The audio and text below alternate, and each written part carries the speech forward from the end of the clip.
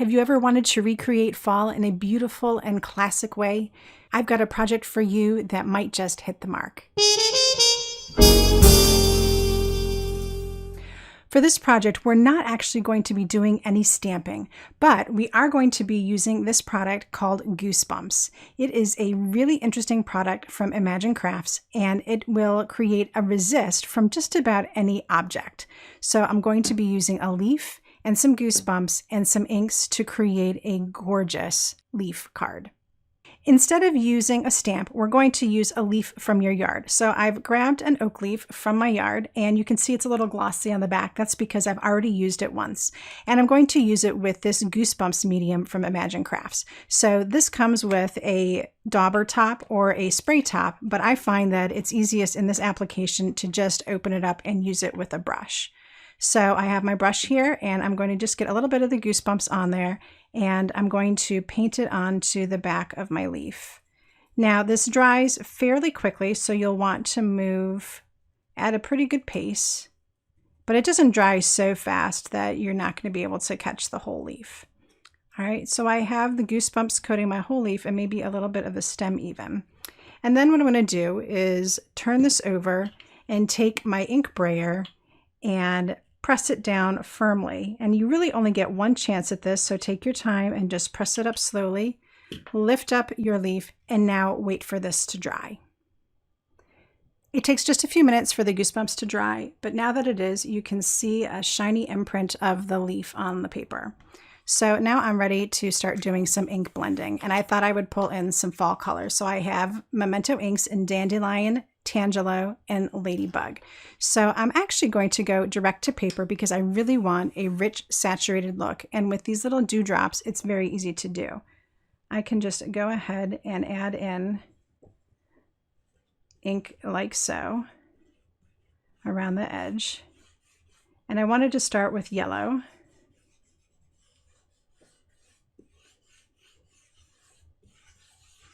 And this is really going to help me get the color in here really quick. So once you start seeing that color get into the paper, you're going to start seeing the resists show through. So now you can see the leaf imprint that I have in my project here. And isn't that gorgeous? So now I've got this really nice yellow background, and I can work on adding in some other colors. Now for the other colors, I am going to use a sponge dauber because I don't need as much ink and I want to be able to blend it in. So now I will work the Tangelo using a sponge dauber into the center here. And that's going to help me fade out from that dandelion color and start to darken in the center. This is a really great trio of colors to get a classic fall look. And when you layer them on top of each other, you get a slightly different tone. So the orange would usually be a little bit more pronounced, but because it is blending with the yellow, it's a little more subtle right now.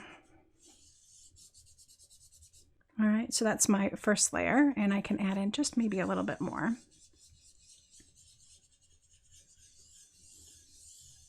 And I've blended in my edges, so I've really got a nice yellow on the end here going into that orange.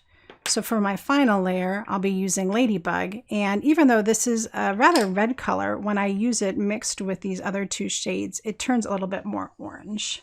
So you can see here it's red, but that's going to go away. That will actually come up when we are done here. But when I've mixed it with the Tangelo and the Dandelion, you can see I get kind of just a darker orange. So now I have this beautiful sphere of orangey red. Absolutely gorgeous. And then I can take my orange here and just kind of blend out my edges.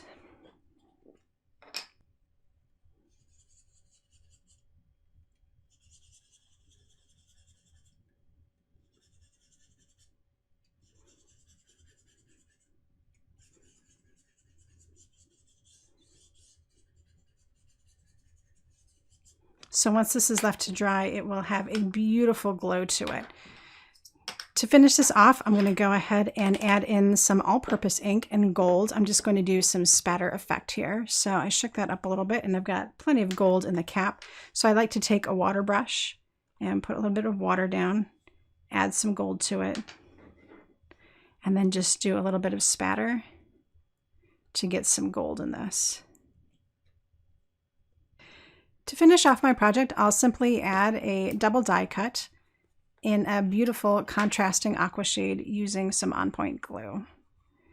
A card like this really doesn't need a whole lot to it. The little bit of shimmer from the gold is enough to get your recipient to say wow without having to add a whole bunch of extra embellishment. So truly, a card like this can come together super, super quick, and it will leave you with a beautiful memory of fall. I hope you enjoyed this project, and if you did, please do leave it a thumbs up and consider subscribing to this channel. If you have any questions about the products I used in today's project, I'd love to hear from you, so leave a comment down below. Thank you so much for stopping by. I'll have another great crafty video for you soon, but until next time, happy crafting.